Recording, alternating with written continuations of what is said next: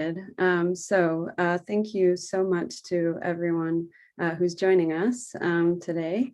My name is Maya. I'm one of the editors of Phenomenal World, and I'm really glad to welcome you all and to introduce the discussion today on the future of social democracy. The starting point for the panel is our book, Market Economy, Market Society, which we published in January.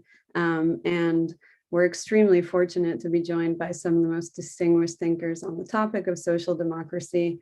And I don't want to take too much time away from the discussion, so I'm going to keep the introduction brief.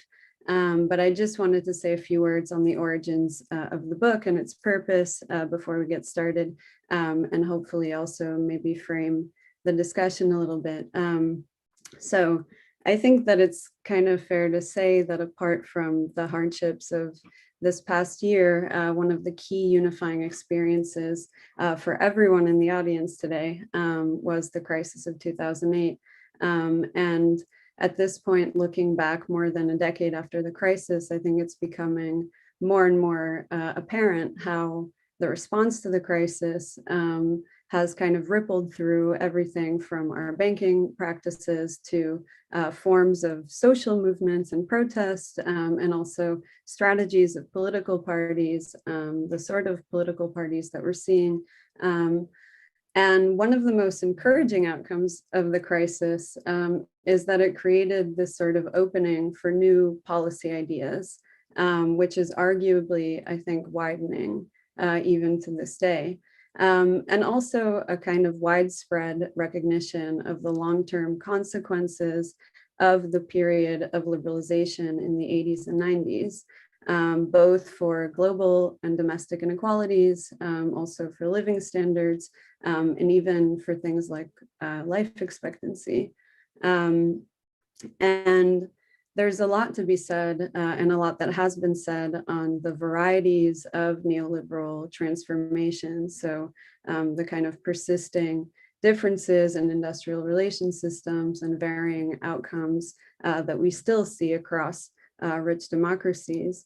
But I think to me, one of the most striking aspects of the neoliberal shift is that despite all of these institutional differences and path dependencies, there's still something we can identify at kind of a global level, which took place. And so that's kind of the first question that motivated the book. It's why and how did policymakers in such different institutional contexts end up implementing a very similar set of policies, or at least embarking on kind of similar trajectories of policymaking. And the second question, which motivated the book, is that of political alternatives. So I think both in academic and popular and political contexts, there are many critiques of the consequences of liberalization and neoliberalism, and also many analyses of the kind of structural transformations that took place and that may have given rise to the kind of shift. But there are kind of fewer accounts that focus on the decision-making process of political leaders and activists and trade unionists during this period. So the interviews that we conducted for the book are kind of an attempt to collect testimonies on the realities of political constraints. So what happens to the substance of these actors' ideas once they're in a position of power. And I think that understanding what genuine alternatives to liberalization were available within this context of political constraint is kind of an under-discussed but very crucial element, both of any critique of neoliberalism and also any kind of deeper understanding of the transition. So these are kind of some of the questions behind the book, and also I hope some of the questions that'll motivate the discussion. And I'm going to pass the torch to Waltraud in a moment, who's going to lead the discussion. But I just want to first briefly thank LSE Sociology for co-hosting the discussion with us at Phenomenal World. and of course the Jane Family Institute for all of their support throughout. And also to my collaborators, Davide Ciganti and Javier Padilla, who really helped me with all of the interviews. And special thanks to Adam Przeworski, who really helped me with the project from the inception and followed me through. So I'm really grateful to you, Adam. And just a quick word on logistics. We have about 20 minutes to a half an hour for Q&A at the end. So please just put your questions in the chat or the Q&A box, and we'll try to address them as they come up and to the best of our ability. So without further ado, I'll introduce our panelists. Adam Przeworski is Carol and Milton Professor Emeritus at New York University and one of the foremost writers on the history of social democracy, including classics like Capitalism and Social Democracy, as well as most recently, Crises of Democracy. Stephanie Mudge is Associate Professor of Sociology at the University of California, Davis, and author of the incredible book, Leftism Reinvented. Wolfgang Streeck is Emeritus Director of the Max Planck Institute for the Study of Societies, and also a longtime writer on these and many other issues, most recently in Critical Encounters, Capitalism, Democracy, and Ideas. And Waltraud Schelkle is Associate Professor of Political Economy at the European Institute at LSE, who's also written extensively on these issues, specifically within the context of EU monetary policy. And her most recent book is The Political Economy of Monetary Solidarity. And thank you so much to the panelists for joining us. I'm really, really grateful to have you. And thank you also to the audience for joining us. And I'm very excited for the discussion. So Waltraud, you can take it away. Thank you very much, Maya. Thank you for actually being the brain and the organizer behind the whole thing. I still feel that Maya should chair this discussion, but she didn't want to. So I see my role as being the German Rottweiler and make sure that we all engage in a conversation rather than in little lectures. Without further ado, except for saying, please do use the chat function. We would like to get you in, but we will have to be selective if over 100 of you write a chat. So, but without further ado, and I first address Stephanie Mudge, if only to keep her awake because it's hardly 7 o'clock where she is in the morning. Stephanie, what did you in your work find out? Why did social democratic socialist parties liberalize their economic platforms in the 1990s? Right. So, so the first thing I would say is that I actually think, for all the contestation over the term, that it's important to recognize the distinction between liberalizing and a neoliberal turn. In other words, I think that's the distinction is real, and I'll talk about that in just a moment. And the other correction that, or sort of alteration I would make to the question is that it wasn't just socialist, social democratic parties, right? It's also the Democratic Party in the U.S. So it's both a broader phenomenon, right, than just social and social democratic parties. And the reason I think the neoliberal term is useful in this specific case is because it suggests it's sort of built on a specific economic imaginary, a specific way of thinking about the economic world that's distinctive relative to sort of Keynesian imagination of the world, or a sort of classical or turn of the century liberal way of thinking about the world. And that imaginary is an imaginary of a market, an untethered global market out there that does its thing, which I think in the 90s in some ways was also really just a euphemism from a Marxian perspective for capital, and specifically for financial capital. So that's the first thing that I would say, which doesn't answer your question, but meant to sort of reformulate it. And so if you think about it in those terms, which is how I think about it, as a specific sort of economic imaginary with a specific language attached to it, then where my explanation has focused, and I think, there's a broader political economy story you can tell, but there's also a story you can tell about what was happening inside sort of party networks.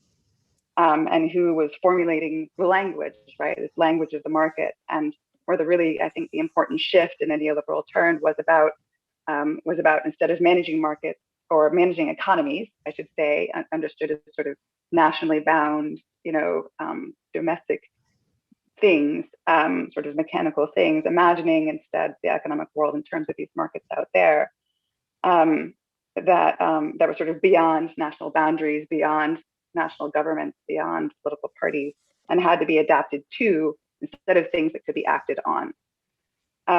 And so the story that I've told in my research about not only social democratic parties, but also the American Democratic Party is about how that imaginary becomes sort of dominant way of thinking inside party networks. And that story goes to this, at least for the 90s, goes to the setting for the crisis of the 1970s within party networks, where there was an incredibly tight relationship between not only Keynesian economics, but Keynesian economists and party elites or party leaders, or in some case they were one and the same, which stood in contrast to their counterparts on the center right. And so the story that I've told in my book is about how that interdependence, that tight relationship between these two worlds, between party networks and what was then Keynesian economics, meant that unlike in prior time periods when that interdependence didn't exist, it started to matter what orthodoxies and heterodoxies were, or especially what orthodoxies were dominant inside professional economics. Right. So the setting for the crises of the 1970s was very different from what we have now. But an important part of that setting that I think has been overlooked is this sort of tight relationship. And one of the things that happens in the crises of the 1970s, which is often kind of characterized as a collapse of Keynesianism, it wasn't so much, well, the way I've told the story, it wasn't so much about Keynesianism itself as it was a collapse of the sort of authority of Keynesian economists. As sort of recognized bearers of economic orthodoxy. So that's a long story, but the crux of the issue in terms of the production of this new language, this new sort of neoliberal imaginary, had to do partly with sort of fracturing of economics, a sort of political fracturing of it in the 1970s, where Keynesian economists were sort of delegitimated, right? Which meant also a sort of fracturing of the relationship between Keynesian economists and social democratic leadership. And so what you got out of that was a couple of different things. First of all, one of them was a shift in economics, right, which we know about, which is a sort of turn toward Chicago school style neoliberal thinking or neoliberal imaginary, right? And the other thing that you got then was a sort of contestation inside parties over sort of dominant economic orthodoxies or what the new economic orthodoxy should be. So the story that I tell, and it's a sort of a long answer to your question, right? But it is a complicated question, is about how in the 1970s and the 1980s, you get this sort of new generation of economists who are still closely aligned or closely connected with social democratic parties, or in the American case, with the Democratic Party, who think about the world in a very different way and who are very different kinds of economists. They think about the world as a world of markets, right? They don't think in a Keynesian way, which means they also don't think as much in terms of how they advise parties in terms of trade-offs, right, between inflation or employment, right? Instead, they think about how to adapt, right? And so the language that emerges, I think, in the 90s is first of all a story about first of all a language of adaptation to markets, which I think is closely connected to this rise of a new orthodoxy inside social democratic and democratic networks in the American context. Sorry, as I mentioned, it was early in the morning for me, so I'm a little losing my thoughts sometimes. And so a changing advice from economists that was more about reducing the state and the intervention. Right, and that brings me to the final point, which is that when you have socialist or social democratic parties or a Democratic Party in the U.S. who are supposed to be sort of speaking to the needs of certain constituencies, right? They're supposed to be speaking to the needs of working people of poor people, of organized labor, right? They're supposed to be speaking to these to people in order to mobilize them to vote for them, but also to address their needs.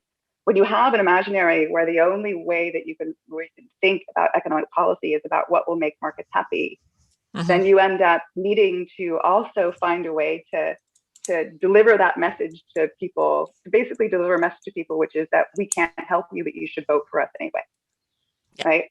And so what you find in the 90s is kind of two things. You find both sort of an economic language born by economic experts who think about the world in terms of markets that can't be acted on, but have to be adapted to.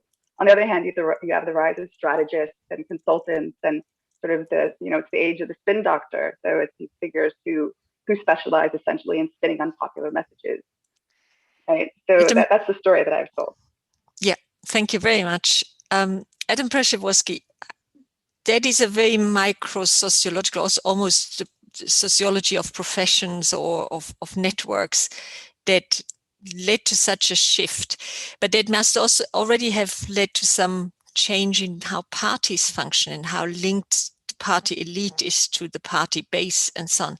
What is your answer to this question? Why socialist, social democratic parties liberalized or neoliberalized, as Stephanie said?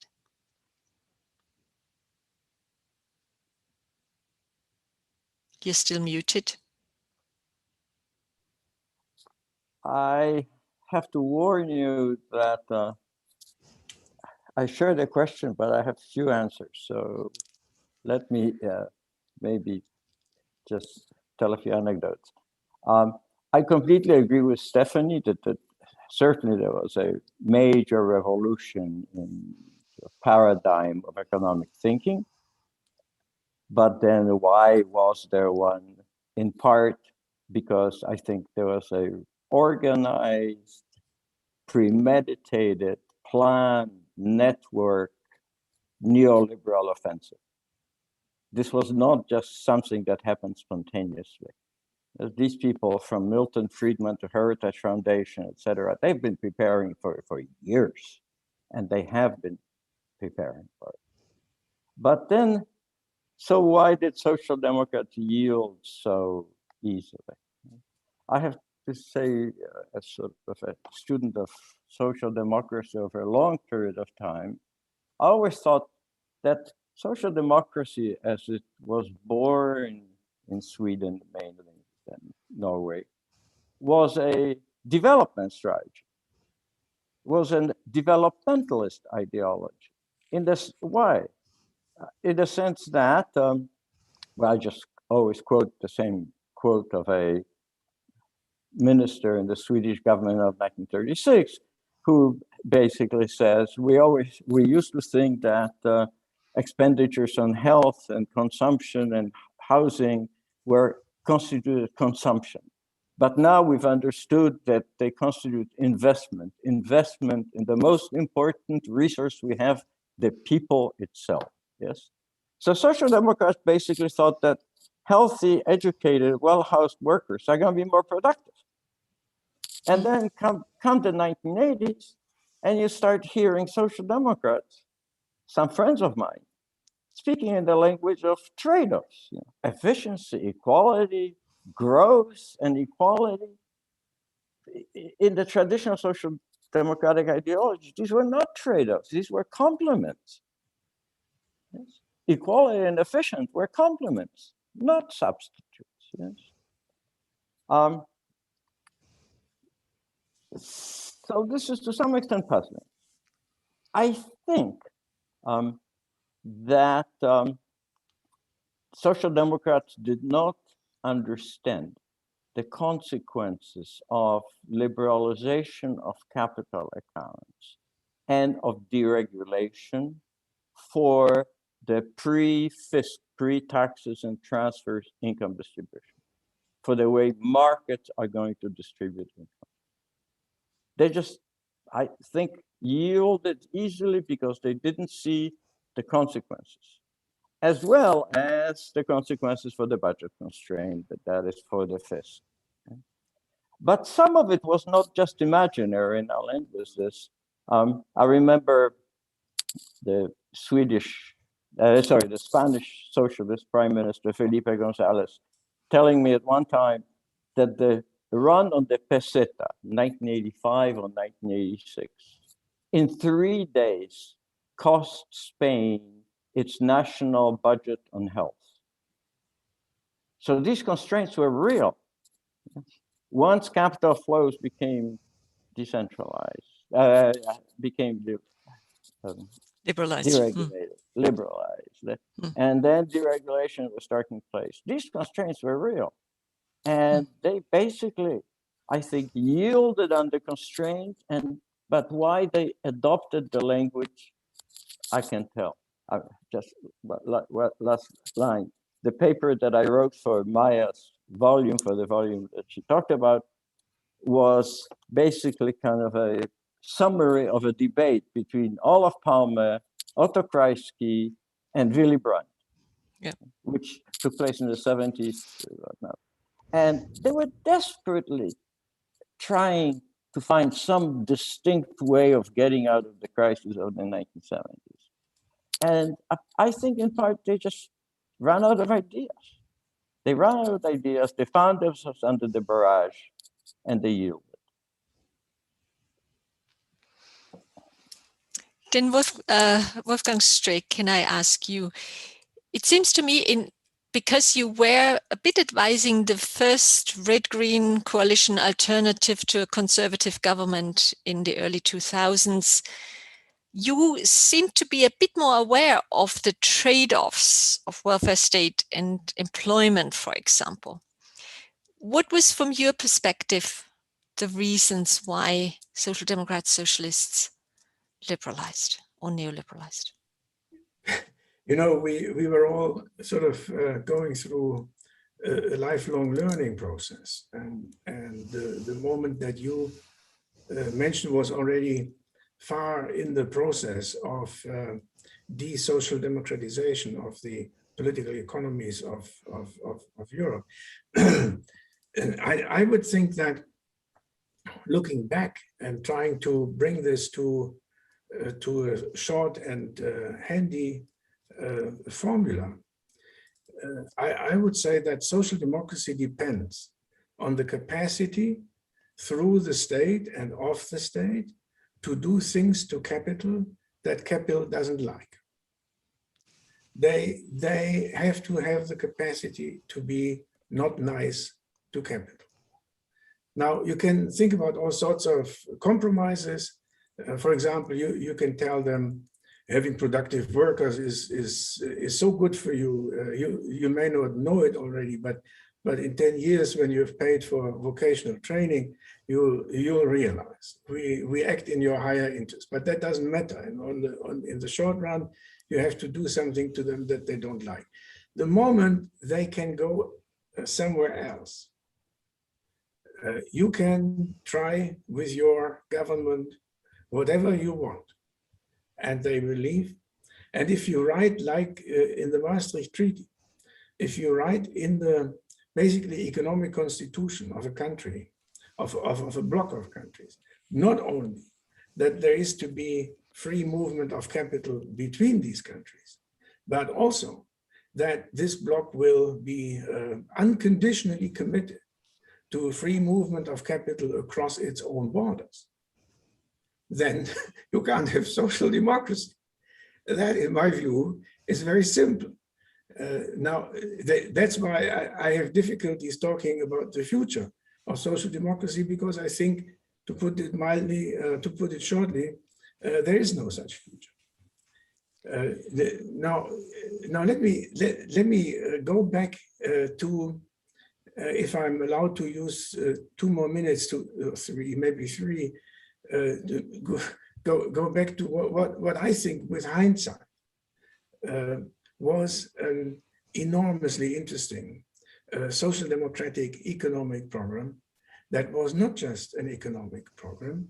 It is sort of laid down in John Maynard Keynes's 1933 lecture at Yale University, where essentially he says that literature, science, art should be global and universal. But economic production should not be, especially if it is goods that can be homespun, as he calls it in this text. And then why? Only if you have borders, you can escape. I sort of put this briefly, but this is the gist of this article. Only then you can escape the dictatorship of economies of scale, which will tell you that if you produce all over the world, the toys for your children will be 20% cheaper, and you can buy them at Walmart because they come from China. Unfortunately, those who have produced these toys before in your own country will get unemployed, but you can always sort of allow them to take up credit, so they sort of credit finance themselves, and Americans are now sort of up to this. So Keynes basically was of the idea that economics and the analysis of capitalism, in this lecture, he says capitalism is a mean system. And we have come to the conclusion that it should be abolished. Unfortunately, we don't know yet how we do it. So there he says, for example, it is detrimental to a society if shares in the public transportation system of London or Berlin are owned by a spinster in Chicago, because the spinster in Chicago doesn't care about the workers. She will, or he, or today you can say he, she, or something, will sell the shares if they please, and then workers may be out of a job, right? So there, what he basically says is, you have to conduct economic policy according to social preferences for, and then he said, the beauty of nature, equality between human beings, the possibility for governments to make independent choices and decisions. These are the goals of economic policy. And economics is not, as he put it somewhere else in a famous aphorism, a sort of dentistry where you go to the economist / doctor and say, oh, I have a toothache. Someone, please do something. And then the toothache goes away. No, it is a fundamental social choice on the question of how you want to live, and to what extent economic considerations of price should override social considerations of value. And this is Keynes. Keynes pre-Samuelson. Keynes pre the guy who is seen as the sort of the doctor who fixes capitalism by injecting a little more debt. Only that nobody says that he also thought that the debt should be repaid once the ill was treated. Yeah. So last remark on this. So social democrats, and I think in this speech, Keynes was an important social democrat. Social democrats have visions of a society that are not the vision of the market, that is of the lowest price. Now, as long as they can maintain such a vision, and capital has only one vision, which is profit. This is the name of capitalism. And it is absolutely clear that Friedman was absolutely right in the 1971 essay in the New York. I think it was the New York Times, where he says the purpose of the corporation is to make a profit and nothing else. That's capitalism. But then you need socialism to tell them, look, folks, you can make a little profit once in a while, but not forever, and only within the limits that we set to you. But for this, they have to be stationary. They cannot be allowed to disappear. And I think the end of social democracy, and the wonderful book that Adam has written the preface to me, on every page, you can see looming in the back this problem. of they go away. They won't, they don't have to obey because they now have alternatives and we don't. Okay, then let's go back to Adam Przeworski and ask that other question, what alternatives were available? I remember that in the introduction to your book, Capitalism and Social Democracy, you actually do rebuff these easy criticisms from the left and from the right, you know, the ones on the left that say, well, or that idea there could just be choices made voluntaristically, revolution is possible at any moment, the Bolsheviks showed us. How much choices did Social Democrats have in the 1990s when also, say, the working class did not exactly move on to the communists, but more actually all over the place and sometimes still stuck with their Social Democrats? So what could they have done, Adam Przeworski?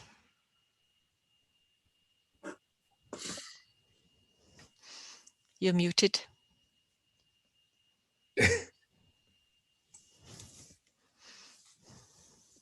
Yeah, thank you. So, I mean, at this kind of critical moment, I think there were two issues and one surprise. The two issues were nationalization of the means of production, deregulation internally, and the surprise was movement of capital. Unfortunately, a lot of socialists got really mired, and perhaps because of the competition with communists and whatnot, got mired in the debate of a nationalization. Labor died in Great Britain because of its intent of nationalization. It got hit by the oil crisis, had bad luck. There is a beautiful piece by Stathis Kalivas on this topic. The French, as you know, Mitterrand, the first government, the coalition with communists, first they nationalized, then they denationalized, then they privatized, yes, until at one moment, I think Social Democrats pretty much everywhere, but including in France, said, this is just, you know, a wrong discussion. That is really not what we should be arguing about. I think they should not have deregulated. I have to say, I'm a great believer in markets. I believe that markets are the most efficient mechanism of allocating resources that we have. But markets that are very tightly regulated, to the displeasure of capital, I completely agree with Wolfgang with that. And they yielded on that. And then came Thatcher and the liberalization of capital accounts. That was really a mortal blow. If I may recommend again, John Donne, actually Cambridge political philosopher, has a beautiful book on England in which he goes in detail into that. It was a surprise. It was not a part of Thatcher's electoral program, for example. She just did it surreptitiously. Now, I don't know. Nobody knows. Economists disagree about the welfare consequences of free capital flows. But I think one is obvious. One thing is obvious. It should not have been done without some agreement about minimal taxation and some protection of labor. Yes, I think what's happening right now, even though it's minuscule in size, is really promising. This idea of minimum 15% tax. 15% is not enough, but if it were 25%, then I think capitals could still flow to most productive uses, but they would not flow just to escape taxation. And the emphasis on sort of international solidarity in some sense, namely that we should have had some safeguards against flow of labor to places where wages are low, working conditions are terrible, environmental conditions are terrible, et cetera, et cetera. that combination, I think, would have been more effective. But this is all in the hindsight. Again, I'm old enough and know a lot of the protagonists of the stories that we tell. I knew them at that time. Nobody knew. We didn't quite understand what's going on. Yes, it was learning as things came, and some of these situations were dire. Yes, I mean, one of the things that strikes me, if I may, is the whole idea of reformism was there are some problems. We're going to adopt some reforms. These reforms are going to stay. Then, when there is democratic support for the next wave of reforms, we're going to adopt a new wave of reforms, and step by step, we're going to move in some direction. Well, what became obvious in the mid-70s, late 70s, was that there were more problems to resolve than there were 10 years ago. That problems were appearing at a faster rate than reforms were taking care of them. And some of them were just urgent, like this, this run on the peseta, which I always said, it was just urgent. You're losing your national health service in 3 days. So this did not allow them to sit back and have this comfortable conversation that we're having now. And I didn't play that back to Wolfgang Streeck. So if Adam Przeworski says deregulation should not have happened, that implies he doesn't buy the story by Stephen Fogel that actually there was not deregulation, there were more rules. Freer markets, more rules is his provocative title. And one could also say the petrodollar market was a signal that whatever capital controls you had in hand, there was just accumulating funds outside, circumventing regulations and so on. And one thought better bring that up in open market transactions. What's wrong with that account to say, well, there were constraints on what you could do once you had this post-war growth with all the wealth that had been created that was seeking yield outside of the United States that tried to impose capital controls on this? Yeah, I'm not in the backward guessing brotherhood. So history is history and it has happened.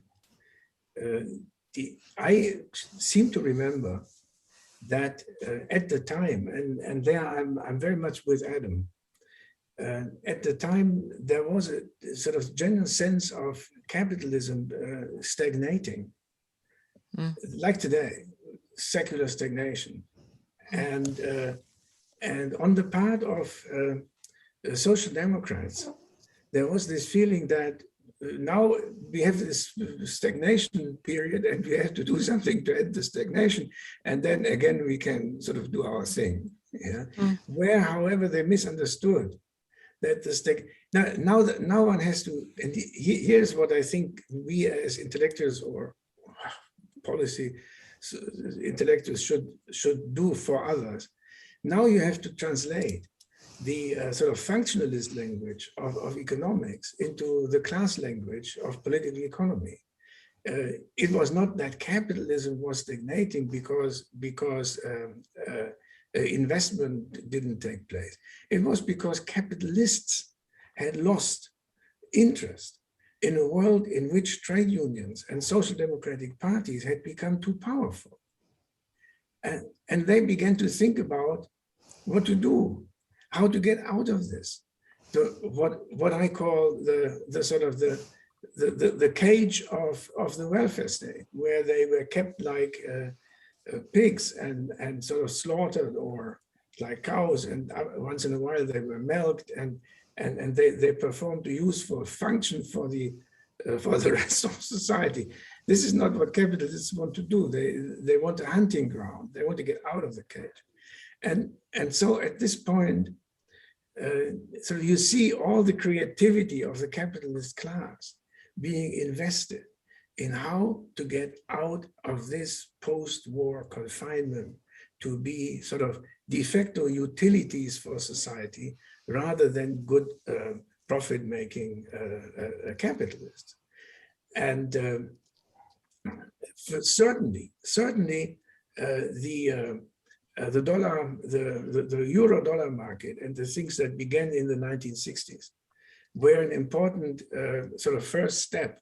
One has to think of this history not in terms of there being great history designers who start this and know where it will end, but history offers opportunities. I remember a fascinating article in the New Left Review several years ago on the Vietnam War, inventing basically a new transportation technology in order to get the tanks over there, which were these sort of huge container things, container ships and containers. After the war, these were sort of sitting around in harbors in the United States, and people were beginning to think, what can we do with it? Maybe put Japanese cars into them. Then it won't cost anything. And these stupid American car workers who insist on being 100% organized in the UNW, they will learn a lesson. Yeah, because transportation costs are now suddenly almost zero. And you have many other such sort of developmental things which point in the direction. And then you see the increasing pressures on budgets, public budgets, which force the American Treasury to borrow all over the world. And that becomes important to suck in capital. And sucking in capital under Volcker meant that you had to have an interest rate of initially 18%. In Germany, we used to talk about Siemens, which is one of the big industrial, as a bank with a factory attached. Yeah, that was early 1980s when they sent all their money to the United States. And so this process that we call globalization, a very complex process, which offered a lot of opportunity, all pointing in one direction, to get out of this confinement and have real capitalism again. And then I would draw your attention also to the work of Danny Roderick, which I think is underquoted and underappreciated. Yeah, for the following sense. And I know he's quoted, but there's a subtlety in it, which is two points I want to, that he very interestingly distinguishes between the period of globalization before 1989, where national systems sort of traded like in the old trade system, England, Portugal, wine, and so on. And after 1989, the new world order, where basically the idea was that states should disappear and companies and the international production chains become the element, the actors, the players of the hyper-globalization.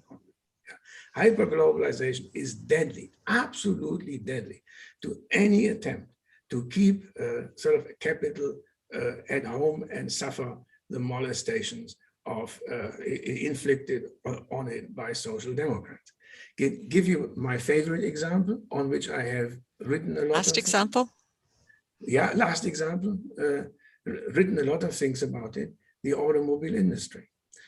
In the 1980s, we were convinced that in Germany we had found a way of building internationally competitive cars with very highly skilled workers, very highly skilled, very highly paid workers, with workers who had a vote on the shop floor and at the company level.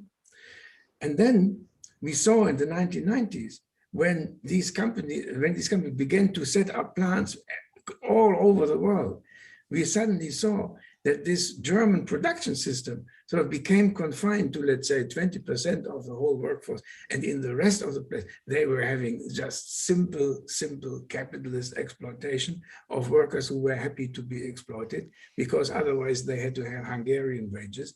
And the Hungarian wages were 1/3 of the exploitative Volkswagen wage. It's a very good link to what I wanted to ask Stephanie Mudge, because somewhere you said or wrote that, one of the things that leftist parties always did was giving voice to the voiceless, to those not so well represented in the political process, in the democratic process. Now, once you had, through the welfare state building and all that where social democratic parties were instrumental for, you had actually the industrial workforce had a voice and was very well represented. Is it then not almost logical, especially when you see that deindustrialization will shrink that constituency more and more, that you start looking as a social democratic party for other unheard voices, say women, that had always been a bit the reserve army of the Keynesian pump priming economic policy. And so what alternative was there that they could have done? Or was it in a way that's what they saw they should do, flexibilize markets so that we could have a thriving service economy? Or what other alternative was there, being truthful at the same time to this basic value as you described it so well? Well, I do think that one of the missed opportunities in the 1970s was the opportunity to incorporate, more than the voices of specifically sort of male, organized labor. So, when I say giving voice to the voiceless, I mean not only people who are sort of actively connected to parties and being actively represented by them, but the hope, as I understand it, was that by representing labor, you represent all disempowered people. And I think in terms of how parties reacted to the crisis of the 70s and as they developed through the 70s, from the 70s forward, it was more about sort of managing and in some cases excluding the voices of younger people, the voices of women in the United States, the voices of Black people, and instead of incorporating them into the leadership and sort of advancing them and their perspective on things and their particular needs and integrating them in the core interests of the parties. So I think there was actually a lost opportunity there, and who knows how that might have worked out. There were a couple other things, if you don't mind, that I wanted to say relevant to some of the points that were raised. Sure. That were raised earlier. And one is that to some extent, I'm sort of uncomfortable, and I'd be interested to see what other people's thoughts are on this. I'm uncomfortable with the idea that social democratic parties were sort of helpless in the face of, that they didn't understand, right, the implications, especially of liberalizing capital. So for instance, in the Swedish case, I think they understood it quite well. I think they knew exactly what they were doing. I think it may be the case that some of the party leadership didn't understand it, but I think there were certainly people inside the party connected to the finance ministry, for instance, who understood quite well what they were doing and what the implications of it were. And so I think it is important to acknowledge that there were cases where I do believe they knew what they were doing and they did it anyway, right? And in some cases they were even able to rationalize that as a social democratic move, right? That it was in some ways consistent with social democratic politics. So to me, that's sort of the big paradox, right? That there were people, I think there were people who understood, what the implications of that move was going to be, and they did it anyway. And to some extent, they at least tried to. The way they talk about it, they saw it as something that was consistent with social democratic politics and social democratic priorities. So that's one thing I wanted to raise, and I'm interested to see other people's responses to that. The other thing I wanted to say about deregulation is that, one of the things that's so remarkable about the 1990s, I think, is it actually goes back to this "do you understand what you're doing" question. Was that there's sort of sophistication of the economic analysis that you get in the language of social democratic leadership and democratic leadership in the U.S. It starts to really decline, and I actually think that's connected to deregulation, because if you don't regulate, you don't know what's going on. You don't have people who are actually out there seeing what's happening in the financial sector, seeing what's happening in business, right? So in a way, I think there was this, first of all, there was a sense in which social democratic leadership in the U.S., the Democratic Party under Clinton, actually proactively embraced the liberalization of finance, the liberalization of capital, right? And and I think that has to be accounted for.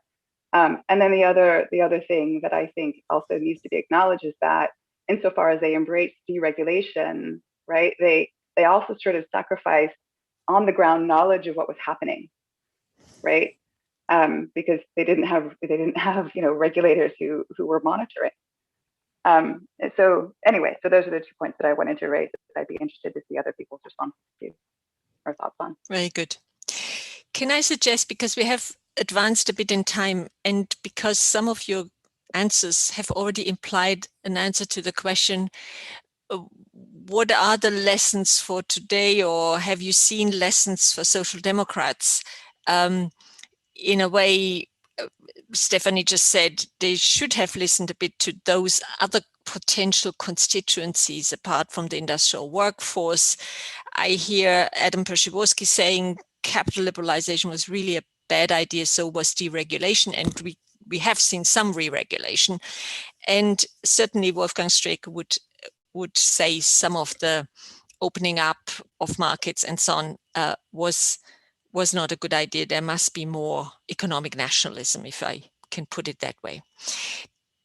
If you agree with that, but you get another chance to correct how I summarized your answer to that question, the lessons to be learned, I would like to now go over to the chat and see whether we can pick up some of those. There is one question, because we don't want to just do navel gazing of Europe and so on, from Isaac. He says, the destruction of social democracy in Europe or even in the United States was nothing compared to the destruction caused by structural adjustment in the third world, both in terms of general deprivation and in the destruction of the possibility of an alternative economic order, the new international economic order.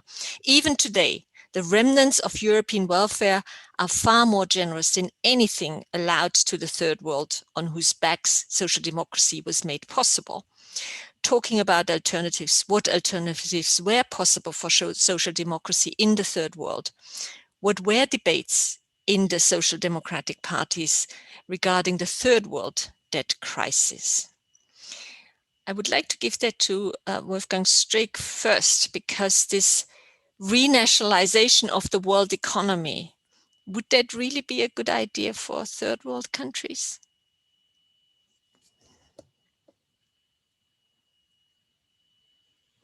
You're mute. Yeah, to me, that's a funny question, because if anywhere in the world people and movements are demanding more local control over their economy, then this is where we locate what we used to call the third world. Yeah? Deglobalization is a trend that didn't begin in the West. It began in the southern half of the planet. And that's quite understandable. If you take into account, for example, just as one example, that in upper Manhattan, upper Western Manhattan, there are more Somali doctors than in the whole of Somalia. Many of them were trained, however, at home. The loss in initiative, skill, that has to do with this is created by the globalization of professional markets, is unbelievable. Just one example. Yeah. No, Can I then give you back the question more precisely as Isaac had put it? What was the discussion, and what should be the discussion among social democrats on this third world debt crisis, of which there is one, a very quiet one, but there is one. There's a debt crisis everywhere. There's also one in Italy, and there's one in Spain, and there's one, believe it or not, in the United States. But my answer to this would be the following. If you want to do something for these countries, you have to allow them a trade regime that allows them to protect some of their sectors against international competition and doesn't force them to import sort of deep freeze pizzas from Germany while exporting fresh flowers to Frankfurt in the spring or in the winter. In other words, we have a perverse trade system that also doesn't do anything for endogenous development in these places. So no, I think on the fringes of the empire, there's not a good life, and our problem is to accept that flowers might become a lot more expensive if we don't fly them in from Kenya or Colombia, yeah, or wherever. Yeah. So no, the world trading system is biased against these countries, and occasional debt forgiveness, which they do every 15 years, is just something to hide the deep asymmetry of the global economy. I recommend the literature from the Global South on the need for deglobalization. Adam Przeworski, you said earlier that you are a believer in markets. What would that mean for the third world and social democrats and their relationship to poorer countries, less developed countries? Well, so one, I differ very much from Wolfgang. I am against trade barriers, everything regulated, but I'm for free flow of capital, commodities, and labor. And I just want to say, that's what socialism was. Let's not forget that socialism was an internationalist ideology, not a nationalist one. Yes. If you want to know the record of social democracy, you should read Olof Palme, the Swedish prime minister and leader of social democracies, of intellectual leader during several years, yes, who was very concerned about the consequences of the enrichment of the European working class for less developed countries. Yeah, and he very much believed in technology transfer. He was very much concerned about basically unionizing workers in less developed countries to bring wages together. Yeah. So I think that the record of at least part of social democracy is not as bleak as the question implies. And if I once can I make a remark here, Adam? What you mentioned is not free markets. It is not the World Trade Organization system of world trade. It is a determined policy of the rich countries to help the poor countries not to be exploited by the rich countries. Now, if you have this sort of global trading system that the WTO represents, then you get exploitation along long production chains that end up with child labor in India, producing the tea that you have for the morning if you are a tea consumer. Yeah, but you can also apply it to the coffee. You need regulation. Otherwise, these big animals who produce the profit, they will find ways. They will find ways to squeeze everything out of the margins of the empire. It is the opposite of imperialism if you allow people to determine their own fate.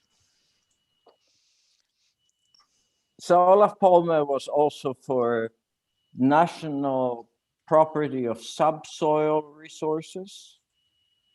So we wouldn't have the Canadian and Australians going to Argentina and digging out everything that there is and exporting and whatnot. I'm basically saying, I think social democracy by and large has or had until 20 years ago maybe, a very positive record on thinking about development to the point of being able to sacrifice. So this is, I think, shouldn't be that condemned. I have to also say, apropos what Stephanie was saying and what you, Waltraud, repeated, I think social democracy had a pretty good record on women. Not on women in leadership. There I completely agree. You know, when you start looking for names, you will find very few social democratic leaders. But on policies, I just think, you know, Swedish family policy, which was gradually applied more and more to men on the same basis as women. There was certainly pioneering and then imitated in many other countries. As a matter of fact, yes, unless the maternity leave, I don't know what's the proper word actually, but no, this is the right word, yeah.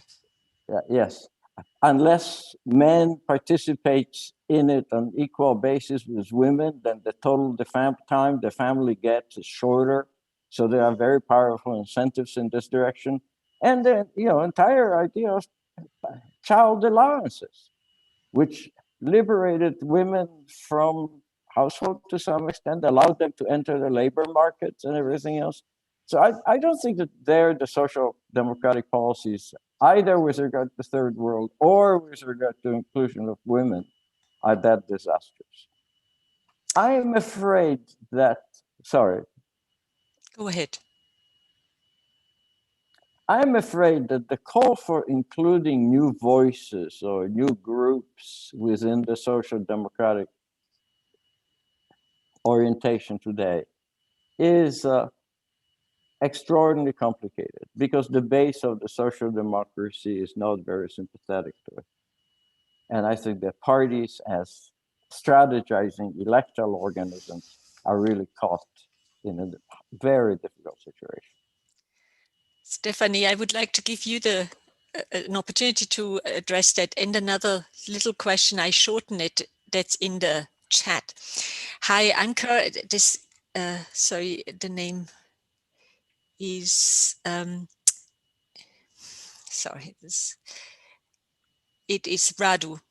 I'm currently working for a trade union in Romania where I have been witnessing people distancing themselves from class as a concept and term of identification. So in addition to what Adam just thrown at you, that there is, so to speak, not anymore a clear constituency for social democrats. Even the class concept that unified in a way, that was constituted, even people who should be social democrats in a Romanian trade union do not like to be seen as identifying via class. And that creates problems for solidarity, says Radu. What do you say to that?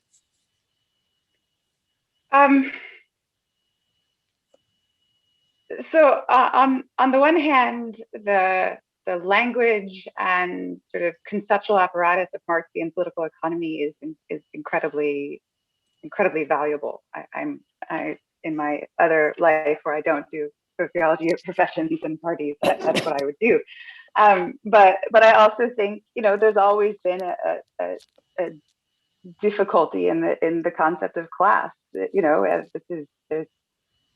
there's plenty of people who've done, you know, analyses of this problem, you know, of trying to sort of impose a certain classification, a certain term on people's political identities and on their experience in a way that makes sense to them and brings them together. It's a problem that social democratic parties have faced for a long time, is how to speak to people who actually have very different circumstances and very different concerns in a unified conceptual language. And in a way, you know, I think this gets back in a way to Adam's comments on leadership versus policy, and you know, and the response or incorporation of women. You know, I think so. So I probably think about parties a little differently, maybe, than the other people in this forum. You know, they are, as Adam says, they are, you know, they're organizations, they're electoral organizations, and they have a certain structure. and leadership will tend to project a vision of the world that makes sense to them. And if that leadership doesn't incorporate, for instance, younger people, or I'm not sure if there's a generational aspect to the question about trade unions and the concept of class or the language of class in Romania. But if leadership isn't open to some extent letting go of the reins and allowing them to move into leadership, then they're going to project a language, they're going to project a reality that doesn't necessarily speak to people. And so I think the distinction between leadership and policy, I totally agree with Adam that obviously there's, would I rather, live in Sweden under a social democratic government historically than other places without one as a woman? Yes, of course I would. But there's an important difference between policies that speak to the interests of particular groups and policies that are formulated by those groups in a language that makes sense to them. And so leadership is not just a question of sort of quotas or the representative, having a representative number of people from this or that group. It's about being able to having a fluid organization that's able to incorporate new language, that's able to rework, for instance, the language of class, right, in a way that reflects the realities of people. And the truth is the history of social democratic movements that the imagination, the class imagination, has been the imagination of a white man. That is the, when you say working, worker, that is the imagination. And it goes all the way back to Marx. That terminology needed to be updated in a meaningful way, and it wasn't. And I don't think it's because people didn't want to. I think it's because there was a closure in the leadership of parties, right? That didn't allow for that kind of meaningful exchange, for a real sort of reworking of concepts and analysis, right? That would reflect kind of new realities and the experiences of people who weren't white men. So this is not something that I've written about extensively, but I do think it actually goes back to the story of economists to some extent. If you do a book on the history of economists and social democratic parties, the Democratic Party of the US, it is a book about men, right? It is very much a book about men. There is not there is every now and then a woman who appears, and every now and then someone who is not white or European, right, who appears. But for the most part, not. And to me, we're all academics, we're intellectuals, right? We work with concepts and theory and our knowledge of history, but we also project our own experiences into our analysis, right? And so I think there needed to be a diversity, not just in terms of diversity, in terms of the orientations of policies, work-life policies or family policies or whatever. There needed to be a real incorporation of diverse leadership into all the parties, including the Democratic Party.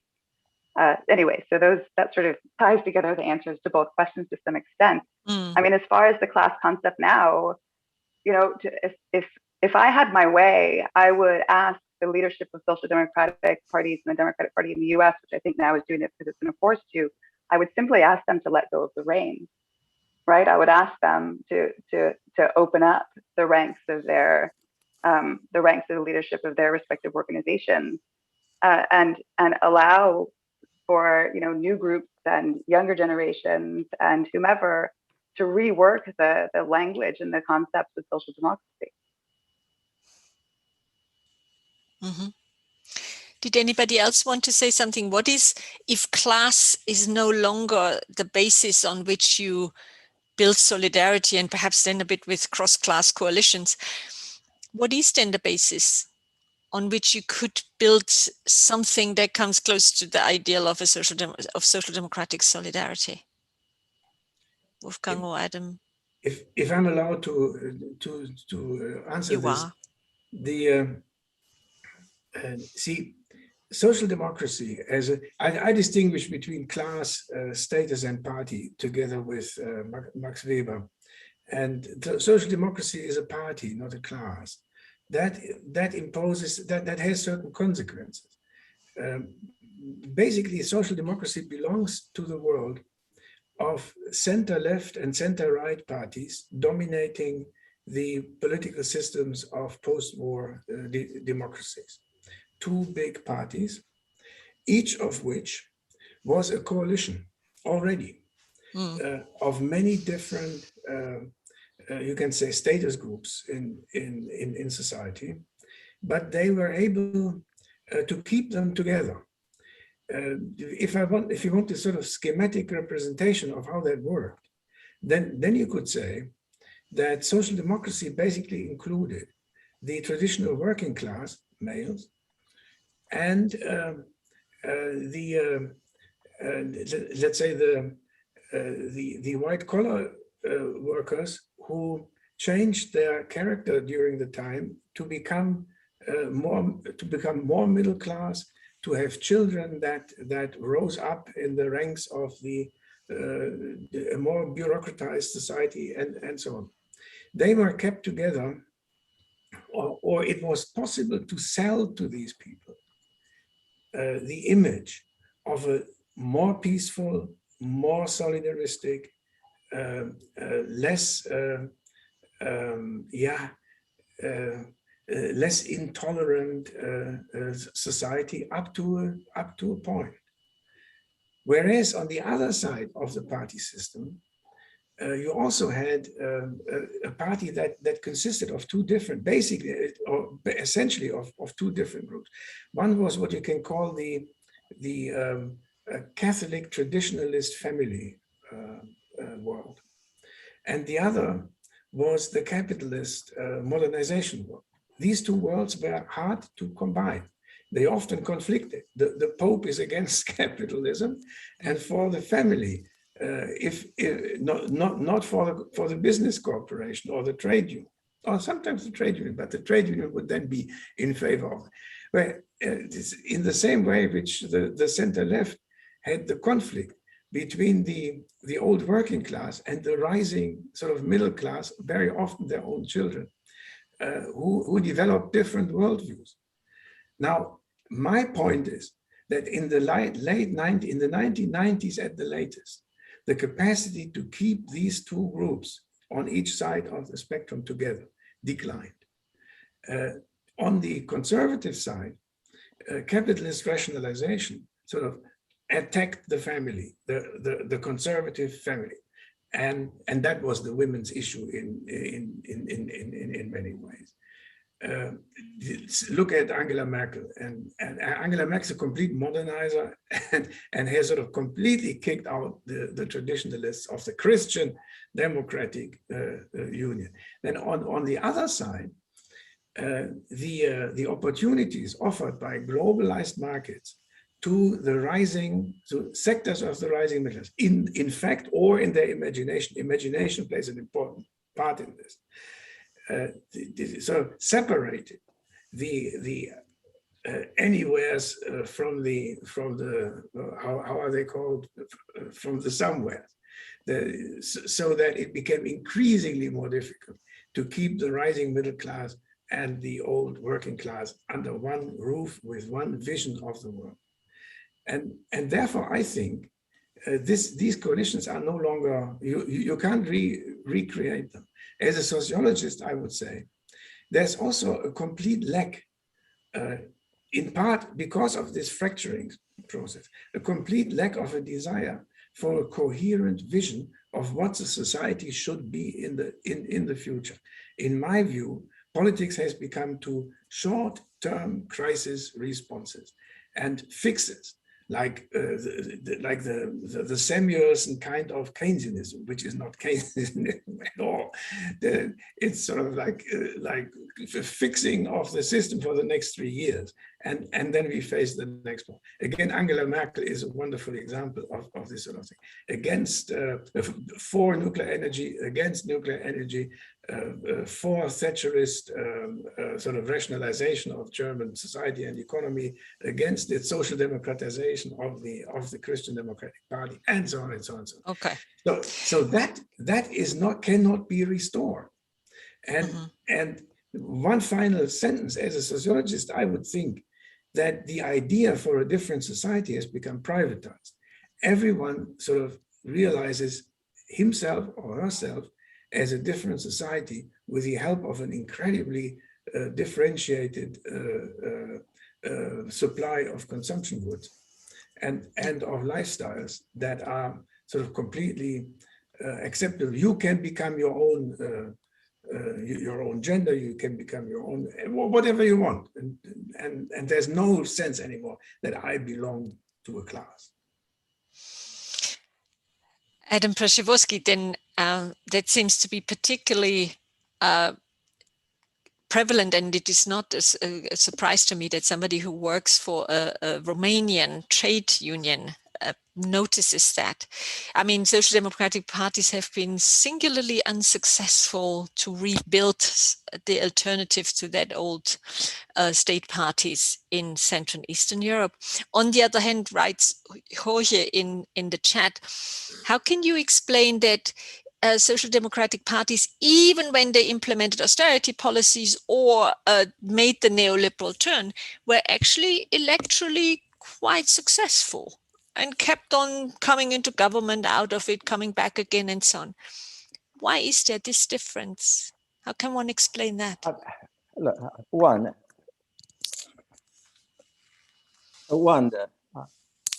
I'm going to speak telegraphically because the time is running.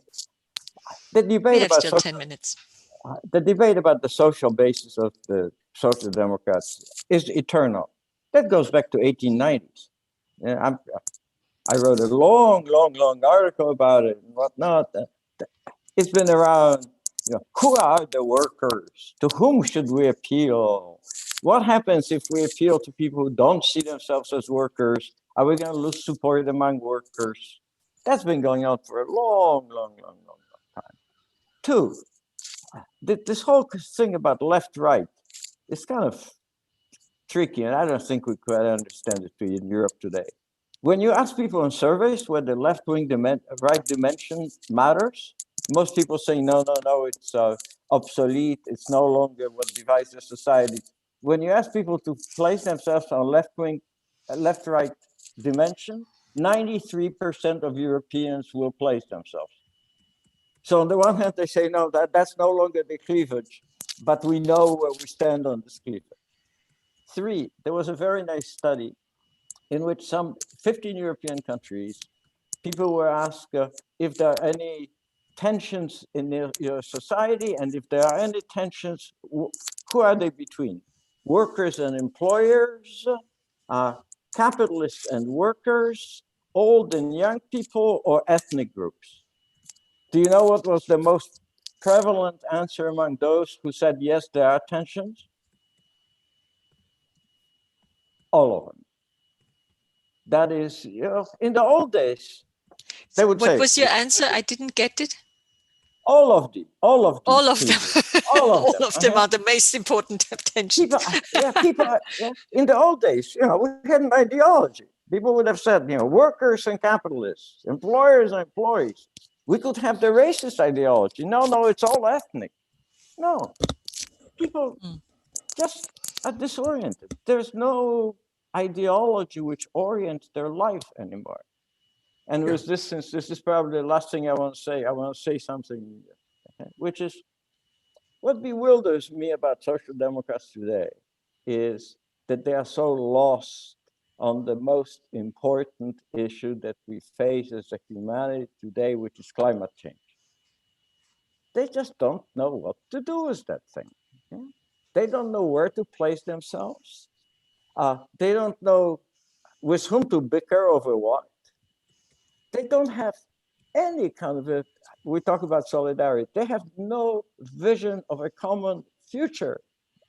And any vision of the common future today has to have climate change as point number one. And they're just disoriented. I think they are lost. Stephanie. Which is a challenge to Wolfgang, I assume. Stephanie, you wanted to come in. Well, I wanted to say something. The comment on the surveys is really interesting. I always wonder about these surveys because a survey like that, it sounds like it's formulated in a language, in my language, in a language of sociologists, or it sounds like people were offered a set of alternatives that probably, it's entirely possible they said all of them because none of those categories don't really make sense to them. Who knows what they were really thinking, right? They probably, if you would ask them to just fill in the answer instead of giving them certain boxes to check, then maybe they would have said something else. But in a way, I think that's that's a sort of small example of a larger problem, right? Which is what I was talking about before, which is this sort of imposition of certain categories of analysis, a certain language that doesn't seem to speak to people, in a way that it once did. And the way even Marx himself and other, sort of builders of socialist politics and social democratic parties in the late 19th century dealt with that is they didn't surround themselves with consultants and with people who would figure out exactly, what words to say to which audience in order to win an election. They argued with working people, right? They got out literally on soapboxes on street corners and tried to persuade people that the categories they were using, the language they were using, did express their situation. It did speak for them. And it was never settled, right? That class should be, I think it was ever sort of a, in other words, if you had started with working people and asked them to formulate a language for their situation, I'm not sure they would have come up with class, right? But they were persuaded, and it was in that exchange, that direct exchange, an unmediated exchange, in my understanding, that they were sort of persuaded to come over to the language of class. And I don't think, in a way, the sort of distant survey about which cleavage is most important it reflects this broader problem of the sort of distance between the people formulating the sort of language or the categories of analysis and the people who are being analyzed and hopefully mobilized, right? That language doesn't belong to them. Stephanie, do you have any thought on this original question by Jorge? And I took the information that in Central Eastern Europe, social democratic parties are singularly unsuccessful to re-establish themselves or establish themselves. While in Southern Europe, they don't have quite that same fate, even though they go through that process that you analyzed in your book. Do you have any thought of why there is this comparative difference? Well, I mean, the obvious answer to my mind is the specific political histories of those countries. I mean, I can't see how it would be anything else. If you have a history of you were once part of the USSR and you have a history of Soviet rule, then the domestic politics and the distinctions between available alternatives are going to be very different, right? But if social democratic parties are neoliberal, wouldn't that be attractive to Polish voters that also want to have a bit of pro-women, pro-equality welfare state policies? I'm not sure how a neoliberal agenda is reconcilable with that. And I think here I agree with Wolfgang's analysis. There's you either try to regulate and control so that you can balance, between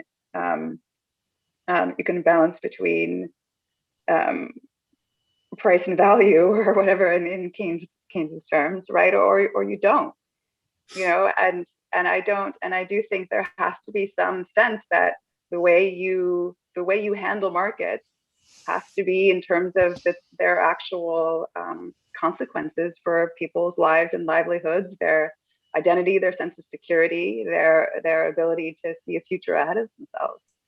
So I don't see, to me, incorporating new voices does not therefore mean that you turn to a market vision of the world. It means that you rethink how to regulate economic dynamics and economic processes in a way that allows those new voices to be incorporated. Yeah.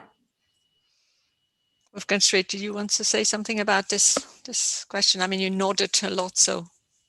No, I think it is always more difficult to create something from scratch rather than continue some tradition, although even the continuation of social democratic traditions has become difficult in our societies. Now, look at Italy, for example. Italy is also on the Mediterranean, I would like to mention. And where is the once proud Communist Party? The book that we are talking, Maya's book, has a wonderfully, has an impressive account of what happened there, and how the left sort of disappeared today, had to disappeared into two large, very inscrutable so-called populist parties, one more left, the other more right, but you don't know what they are.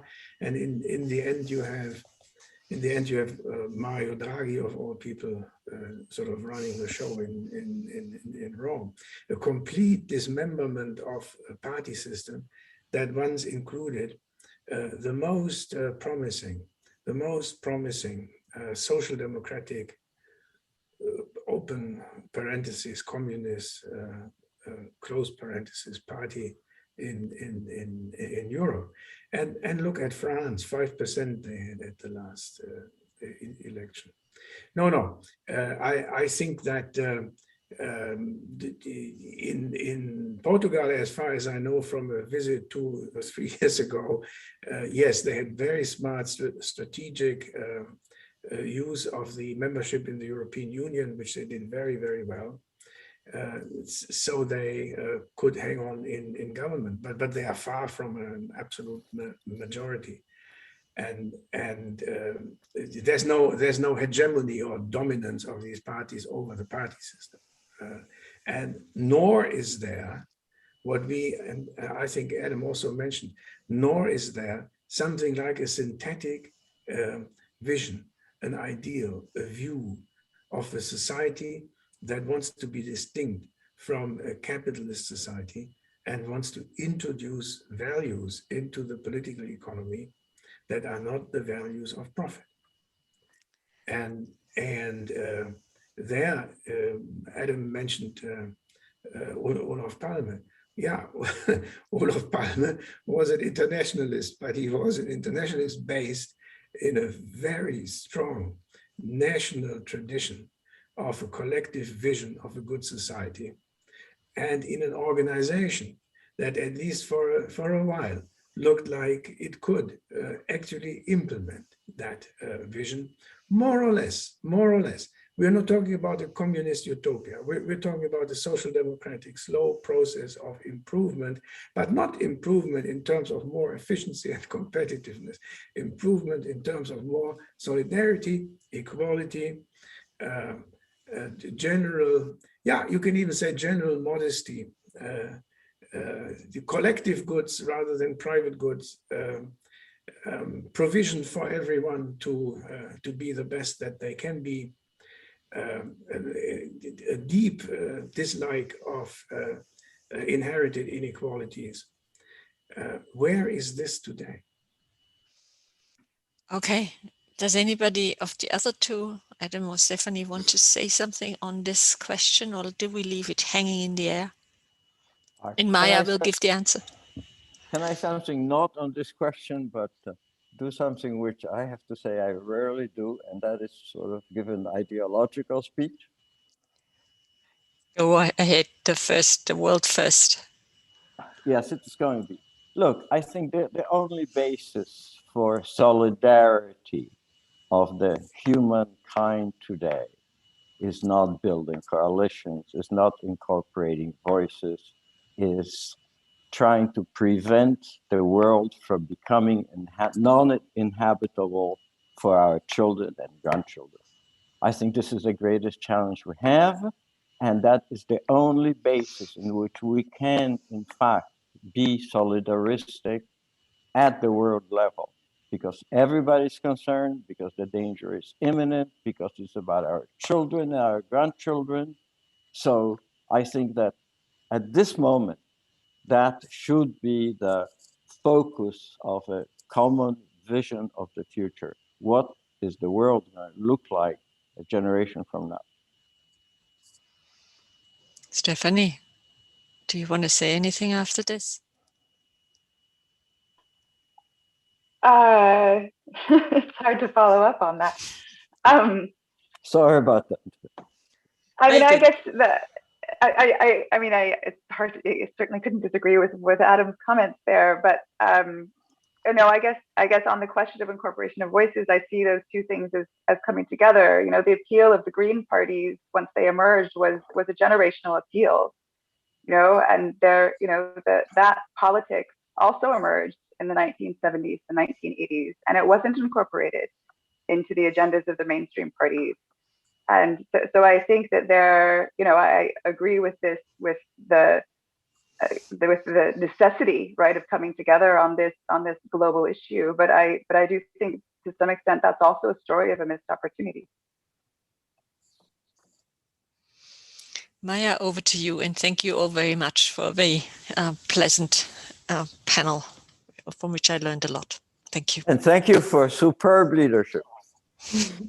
Thank you so much. Thank you, Waltraud and Stephanie, Wolfgang, and Adam, and everyone for joining us. This was fascinating to me, and I'm sure also to all our listeners. And yeah, our newsletter link is in the chat in case you want to follow our blog for any future events. And otherwise, yes, just thank you so much, everyone, and take care.